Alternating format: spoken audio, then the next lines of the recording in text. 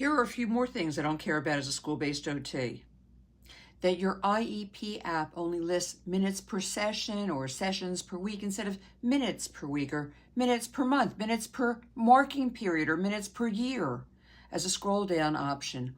All IEP programs your school's invested in are programmable. You can't do it, but your IT guys can. They have admin access. Just tell them they need to add options to reflect the way you work, because 30 minutes per session is not best practice and not how you're going to meet the needs of your students. Which leads me to the next thing I don't care about as a school-based OT.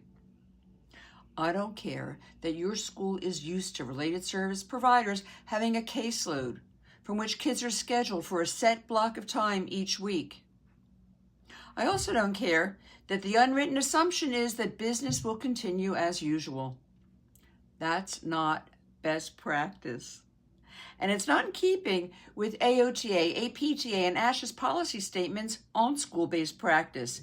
If you are pushing into classrooms or pulling kids out for a 30-minute block of time, you are missing what else is happening in that child's life, including opportunities to ensure your students' full participation in their educational programs. Accessing the curriculum in the full range of school activities includes the playground, music room, art, the cafeteria, the sidewalk where they get on and off the bus, and whatever goes on in the multi-purpose room. Time to upgrade your school practice and your administrator's understanding of why OT is in the schools in the first place. Time to move toward the workload model, a holistic, humane, and authentic way to ensure your students are maximizing their school experience and reaching their potential. Which brings me to a frequent complaint about the difficulty moving toward workload scheduling and the resistance voiced by administration. Medicaid billing. I don't care that your school figured out how to fund OT, PT, and speech through Medicaid just because Medicaid forms ask you to chart the minutes, dates, and times services were delivered doesn't mean it's the right thing to do.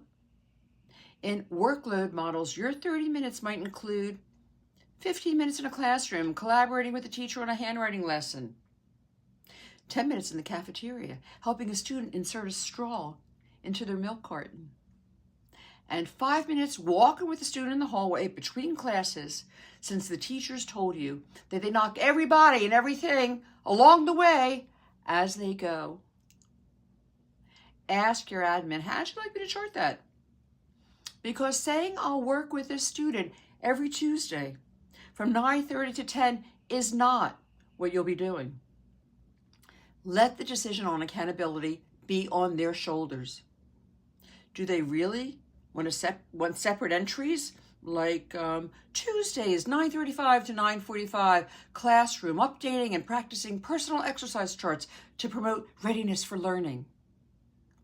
Or Wednesdays, 2:12 to 2:22, locker organizing AM and PM book needs. And Fridays, 8:31 to 8:41, bus depot working on safety and transitioning. Or can you still just write Tuesdays, 9:30 to 10, and then just list all of the above? In reality, that child will be getting a whole lot more than 30 minutes, since you're also going to be seeing them at center time on Mondays, when you work with 3 other kids doing crafts to develop fine motor skills. And the playground games. You organize Thursdays to ensure access, inclusion, and participation. And the whole school assembly on Friday when the high school orchestra arrives, so your child feels safe enough to employ some of those self-regulation strategies you've been practicing. That's the billing department's problem and headache. Besides, workloads are so much more efficient that even if you have to record all those segments, you will have the time to do it. Or would that muddy up the billing forms? So many data entries.